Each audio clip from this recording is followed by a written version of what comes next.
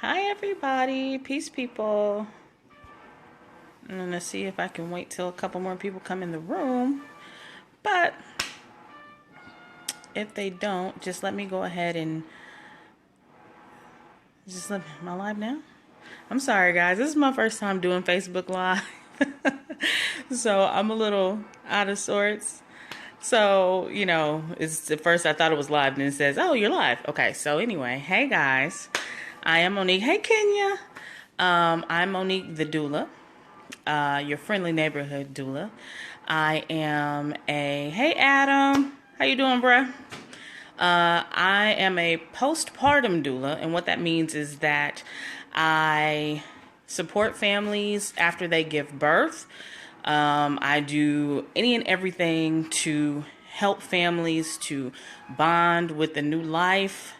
And to be the best parents that they can be. I usually work with the client anywhere from a month to 3 to 4 months.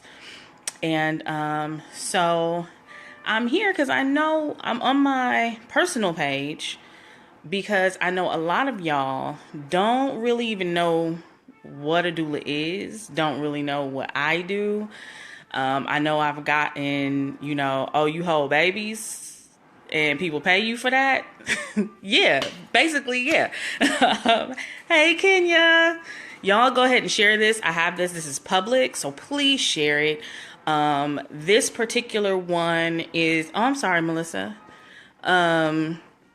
Hopefully it'll refresh, but if not, you'll catch the replay. I'll post it. But again, this live is public, so please share it. Anybody who is a parent to be, auntie, granny, grandpa, uncle, homegirl, homeboy, anybody who is in your circle, or if you're in anybody's circle that has children, that has infants, then they need to see this. Today I'm talking to y'all about exhaustion and how exhaustion completely sabotages your good parenting and your good parenting efforts. The issue with our society is that, exhaustion is seen as, something that is inherent when it comes to parenting. Every parenting article you're going to read about, having newborns, having new babies, they all talk about, well, lack of sleep and parenting, they go hand in hand. That's the most pervasive thing in our society, is that parenting is a struggle, that is hard work, that you're going to be tired, and essentially you're just going to be one of the walking dead, and you see these comics and these memes, and you have moms with, bags in their eyes and spit up on their shirt and holy pants and walking around, you don't know what's going on. So, what I'm here to tell you is that having that, if that is your mindset, if that is your belief, it completely takes you out of the game as it pertains to being a parent. First of all, what it means is when we have those beliefs, when we believe that, it keeps us from cultivating a real support system. And we love to use the adage, it takes a village to raise a child. But none of us really do that. We don't cultivate a village. We don't cultivate people who are going to support us, who are going to help us out. And usually when we talk about it takes a village to raise a child, we usually are talking about, all the people who are in line to whoop your child after you. We're talking about people who are able to discipline your kids, who are able to do those types of things. But we never talk about the people who come in to help you, in when the child is new. Folks come to your house, they hold the baby, they play with the baby, they give the baby back to you, and then you're left, okay, now what do I do? My baby's overstimulated. I had no sleep all day long. There's no dinner. Dishes is in the sink. House is a wreck. Now what do I do? And it even keeps us from asking for help. Let alone having a system, people in place, more than one person, But even asking people to help you, we don't do that, because we believe that, well, having a newborn, having a baby, that just means I'm gonna be tired. And so I'm tired. And so, that's just kind of the way that it is. And that's just, I just have to deal with it. But there are very real consequences to walking around tired and being exhausted. First of all, we know that when a woman is pregnant, your body changes completely, totally, 100%. Your body changes. It says my connection is weak. I hope y'all can hear me. I don't know if I have to push this. Hold on, y'all. Nope, that's that button. Okay, I'm just going to keep going. It says my connection is weak, so I hope I don't get cut off. But anyway, a woman's body, it completely changes.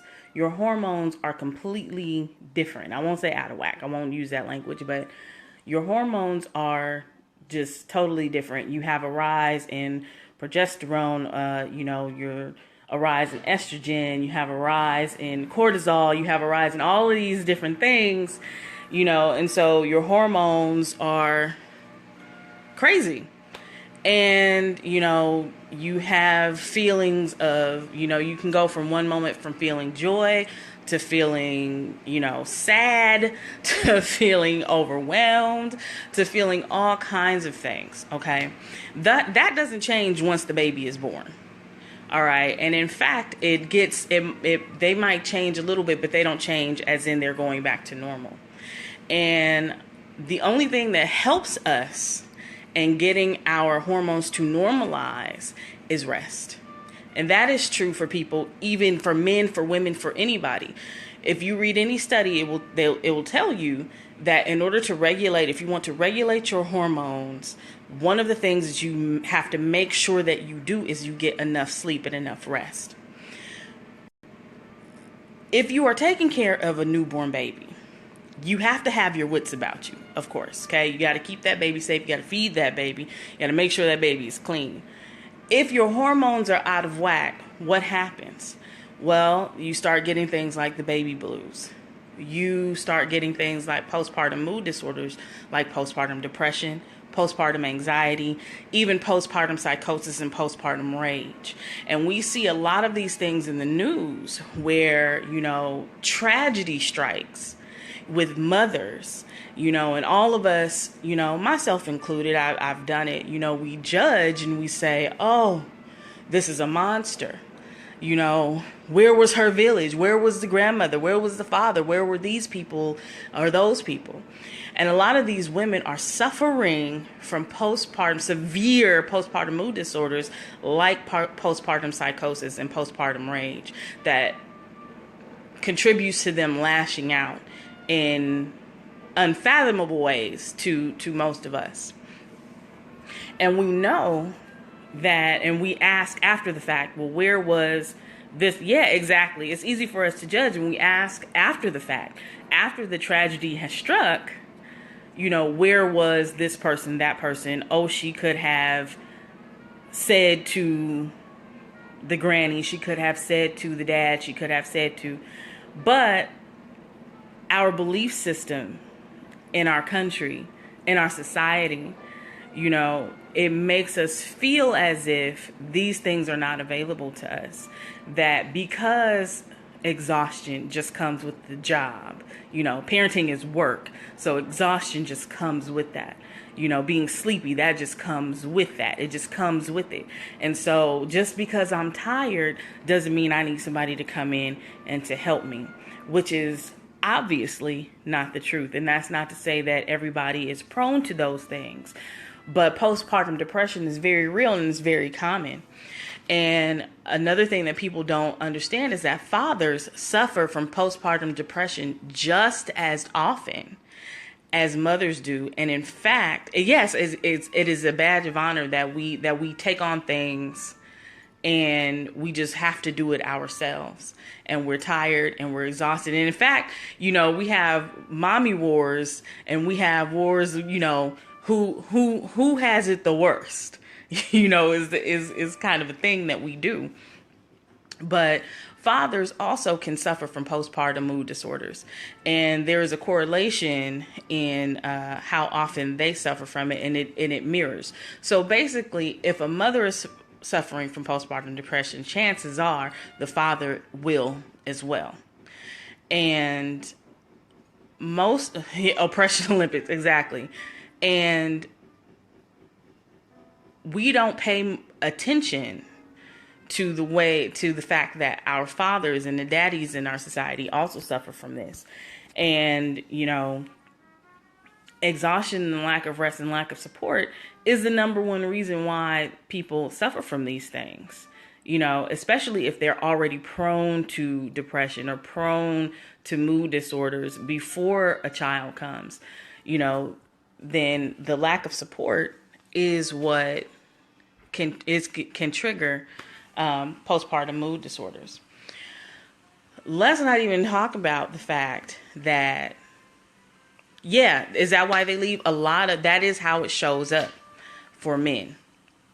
When men have postpartum mood disorders, the way that it shows up for them is that they leave a lot of the time. That's not to say that every man who leaves, this is a whole other discussion too, but that's not to say that every man who leaves or who is not there is suffering from depression. But a lot of the reason, and a lot of our men who have fled the scene, a lot of it is because he is suffering from postpartum depression, postpartum anxiety, and doesn't have the support around them to handle it, to deal with it, to move through it, and move forward. Also, physically, for women, do I even need to say that physically your body changes? When you give birth, okay, we're going to have a little bit of childbirth education, just a smidge. When you give birth, you have the placenta, and it detaches from the uterus. When your placenta detaches from the uterus, you basically have a gaping wound inside of your body, okay? So your body is working to close that wound. Your body is working to feed a baby as far as breastfeeding and producing milk. Your body is also shifting because your bones have to shift back together. That's another, with hormones, your hormones have to do something so that your joints fuse back together. Your organs have to move back into place. So there's a lot that's happening. And studies have actually shown that it takes a full year for a postpartum body to fully recover. And that's not even talking about if you have had interventions, if you've had to have a cesarean section or anything like that. So let's think of it like this. If you have a surgery, okay, if you have a surgery and you have had stitches, one of the prescriptions that your doctor gives you is rest. Because you can feel good, on the surface, you can feel good. You can feel like, oh, I can go out, I can do this, I can do that. I'm not in pain anymore, I'm cool. But doing too much, lack of sleep, lack of rest, is something that can actually make you relapse. It can give you an infection. It can open up wounds, and you will take longer to recover. It is the same concept when you give birth. You have to rest. You can feel good. You can feel like you want to go out, but your immune system is recovering. So you'll go out and you've basically given all of your immune system to this baby in utero. So you go out and you get sick very easily. You have pain and end up having pain in your body. And then you're not well enough to be able to fully care for this new life. And so rest is a number one prescription for recovering from childbirth. And if you are planning to breastfeed, a lot of my clients who have complained about lack of a milk supply, a lot of women, when they plan to breastfeed, they have issues and they get afraid about not being able to produce enough milk. Hey, Golden. Hey, Tanaya. Hey, TT. They get afraid about not being able to produce enough milk. And that is probably the number one thing that I hear from my postpartum clients is, I'm not producing enough. I pumped and I only get this much. My baby seems to be hungry all the time. And yes, there are things that you can look for, such as tongue ties or lip ties. But usually a woman is not able to produce enough milk. It is usually that she is not getting enough rest and she's stressed out. Rest lowers your cortisol levels. Hey TT. Rest lowers your cortisol levels, that's your stress. That's the stress hormone, cortisol. Rest lowers your cortisol levels and it helps you to produce milk. If you are stressed, you do not have enough oxytocin flowing through your body. Oxytocin is that feel-good hormone. Oxytocin is what they call the hug hormone. That's the hormone that helped get the baby in you in the first place. That's the hormone that triggers the response to start labor. So that's the hormone that gets the baby out of you. And that's also the hormone that produces food for your baby. So if you are under stress and if you are not getting rest, you are not producing oxytocin, which means you are not producing milk.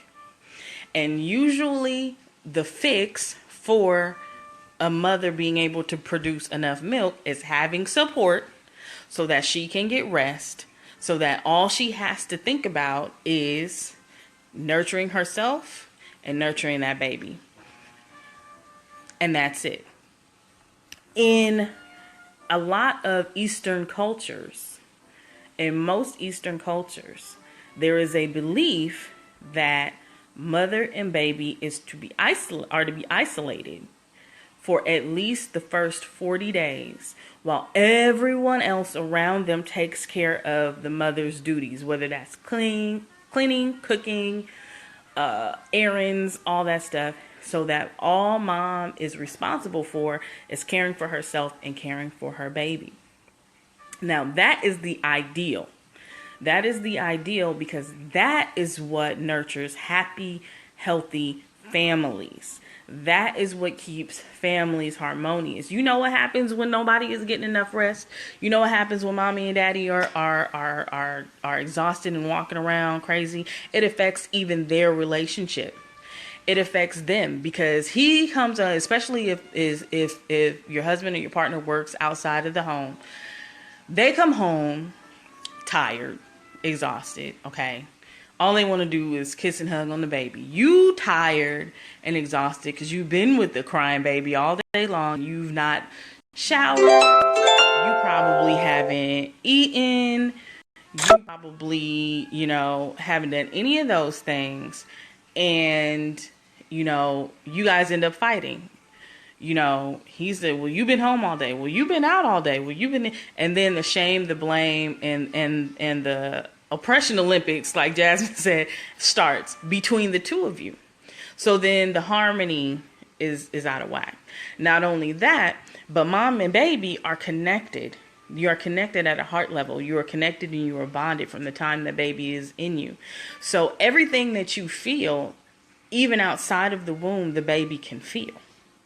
And so you ever notice, for those of you who have children, for those of you who've had babies already, do you ever notice that it seems like during the time that you are the most tired, during the time that you are the most stressed out, where you just feel like you just can't take not another second of anything, that's the time that the baby starts fussing.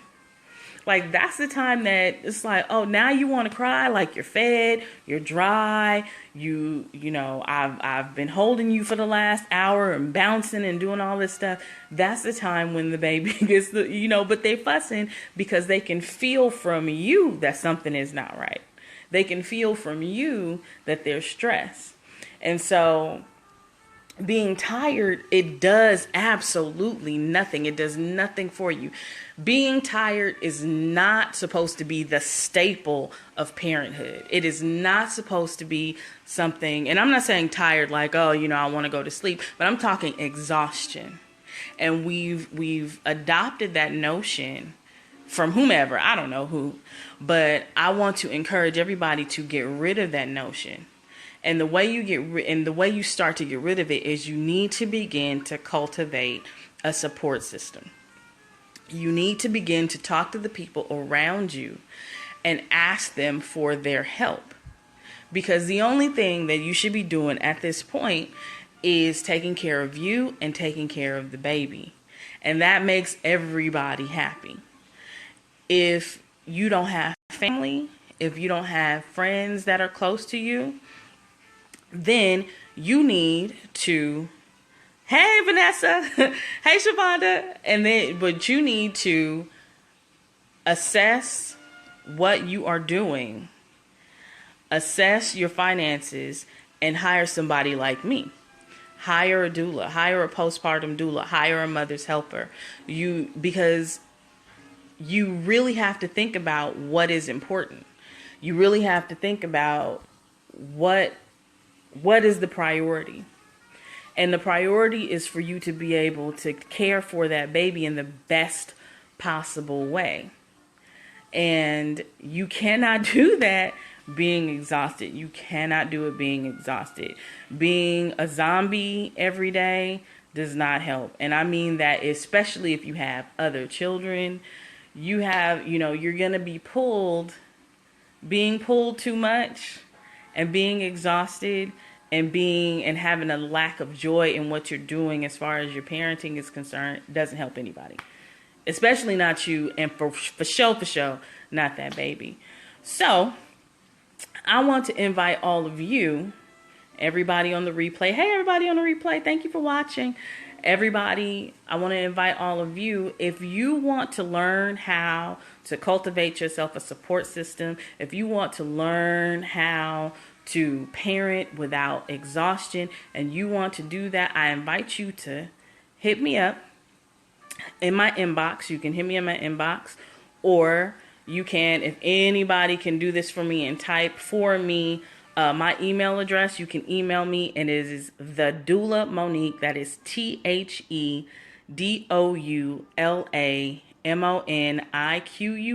@gmail.com. TheDoulaMonique@gmail.com, or you can hit me in my inbox right now today. We can have a conversation. I can do a consultation with you, and I can teach you how to cultivate yourself a support system so that you're not walking around dragging, zombified, because nobody needs to see that. It's not great for you, and it's definitely not great for the baby and your children and your family. We want harmonious, energetic, thank you, Vanessa, I love you, harmonious, energetic, awesome, joyful families. And so I can teach you how to do that. All right, folks? So thank you so much for watching. I love you so much. Thank you, Tanaya. Thank you, Jasmine, by the way. Thank you, Jasmine. Y'all need to hit up Jasmine Powers. For all of you small business folks, hit up Jasmine Powers. That's my girl. She is a dope consultant, a dope business coach. Love her so much. Also, if you are looking for love consulting, Coach Nicole Elisa, Elissa. So, yes, I'm going to the 8 o'clock meeting too. So I love you guys. Thank you so much for watching. Hit me in my inbox. Hit me TheDoulaMonique.com, TheDoulaMonique@gmail.com. We can have a conversation. Let's cultivate some support. Don't be exhausted. I love y'all. Bye.